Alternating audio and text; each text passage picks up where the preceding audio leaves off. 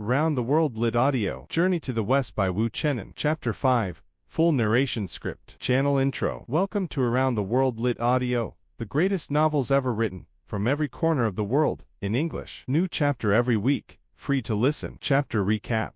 In Chapter 4, Heaven sent an army of 100,000 soldiers to subdue Sun Wukong. The army lost. A pragmatic celestial advisor suggested giving him the title he wanted, Great Sage equal to Heaven, rather than fighting. Sun Wukong received his title, and a residence near the peach garden. He discovered the 9,000-year peaches. He ate several with the focused professionalism of a creature conducting a quality evaluation. Heaven watched and understood the strategy had failed. And at the edges of everything, patient and ancient, the Buddha began to pay attention. Chapter 5. Chapter 5. Sun Wukong had eaten the peaches. He had also, in the weeks that followed, done several other things that Heaven found difficult to accommodate. He had crashed the Queen Mother's Peach Banquet. The Peach Banquet was a celestial event of considerable importance, an assembly of all the gods and immortals, held in the peach garden, at which the miraculous peaches were formally served, and consumed by the appropriate beings in the appropriate order according to protocols established at the beginning of the universe. Invitations were issued. Seating was arranged.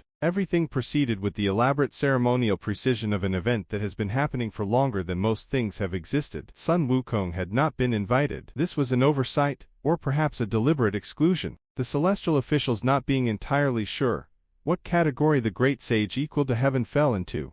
When it came to invitations of this kind, he had the title, he had the residence, he had the peaches, or had had them. But was he a god? Was he an immortal? Was he a being of the kind that the Queen Mother's Peach Banquet was designed for? The answer, in the view of the organizers, was probably not. Sun Wukong arrived anyway. He arrived the way he arrived at most places, without announcement, without invitation, with the complete confidence of a being who considers any space a space he has the right to occupy. He encountered the fairy servants preparing the banquet and persuaded them, by means of a transformation and a certain amount of celestial magic, that they had already told him about the banquet and that he was expected. They were confused. He was not. He ate the food. He drank the wine. He ate more peaches. He consumed, in the course of his uninvited attendance, at the Queen Mother's Peach Banquet, enough celestial nourishment to make himself effectively immortal several times over, which he already was.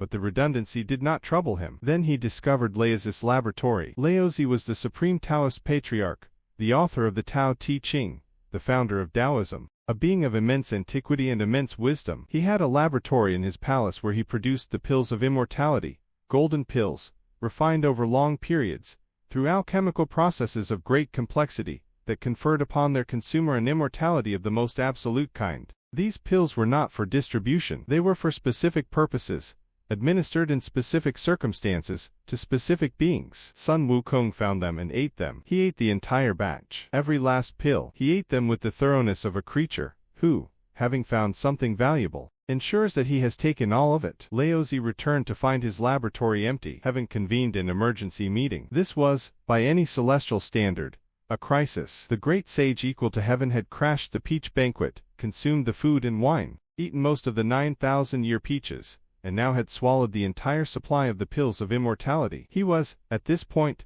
essentially indestructible. He had also returned to his mountain in the Eastern Sea, and planted his banner and was waiting, with cheerful confidence, for whatever came next. What came next was every army Heaven had. The Jade Emperor mobilized the full celestial forces, 100,000 soldiers again, plus the heavenly generals and the divine warriors, and every supernatural being of combat capability that the celestial bureaucracy could assemble. The armies descended on the mountain of flowers and fruit in successive waves. Sun Wukong fought them all. He fought with the 72 transformations, becoming giant, becoming multiple, becoming invisible, becoming something entirely unexpected at the precise moment, when the expected was being prepared for. He fought with the cudgel, 13,500 pounds, golden bands gleaming, doing the work it had been waiting to do since it was set at the bottom of the Eastern Sea. He fought with the specific energy of a creature that has been underestimated for the last time, and is communicating this very clearly. The celestial armies did not succeed. Not one army, not two armies, not the combined force of everything Heaven could send. Sun Wukong stood on his mountain with his banner flying, and his cudgel resting on his shoulder, and looked at the retreating armies with the expression of a person who has just finished making a point. The Jade Emperor looked at his depleted forces. He said, "There is nothing more we can do." His court agreed. There was nothing more they could do. The monkey had eaten the peaches, drunk the wine, consumed the pills, defeated every army, and was standing on his mountain waiting for more. They had run out of options. One of the celestial officials said, "There is one thing. There is the Buddha." The Jade Emperor looked at him. The Buddha was not of the celestial hierarchy. The Buddha existed in a different order of reality, the Western paradise, which was neither heaven nor earth nor hell but something else, something that the celestial bureaucracy respected from a careful distance. The Buddha was immeasurably old, immeasurably powerful, and operated by principles that the celestial court understood imperfectly. He was also, the official noted, the only being whose authority Sun Wukong had not yet challenged. The Jade Emperor sent a message to the Western paradise. The Buddha came. He descended from his palace in the west with the particular quality of a being that does not travel so much as arrive, there, and then here,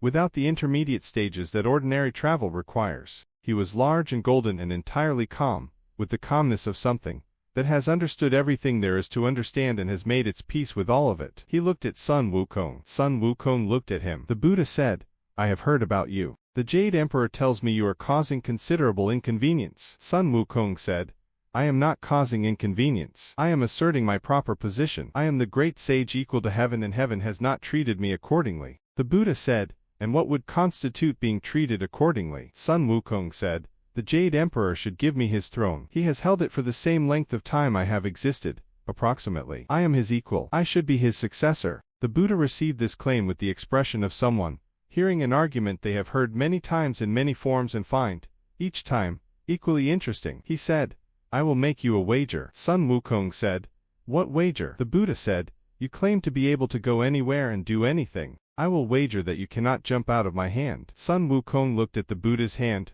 open, palm upward, an ordinary hand by appearance, though nothing about the Buddha was ordinary. He said, "That is not a wager. That is an insult. I can leap 108,000 li in a single somersault. Your hand is the size of a lotus leaf. I could be, and back before you finished the sentence." The Buddha said, "Then the wager should be simple for you to win. If you can jump out of my hand, I will ask the Jade Emperor to give you his throne. If you cannot, you will return to earth and begin your cultivation properly." Sun Wukong considered this. He said, "Agreed." He crouched. He gathered himself. He leapt. He somersaulted through the sky, the cloud somersault, the great leap, 108,000 li in a single bound. He traveled until he reached the edge of the universe, or what appeared to be the edge of the universe, 5 great pillars of pink rising into an infinite sky, the supports of the firmament, the ends of the world. He had jumped out of the Buddha's hand. He had reached the end of everything. He wanted proof. He was not a creature who accepted victories without documentation. He pulled out a hair from his own head,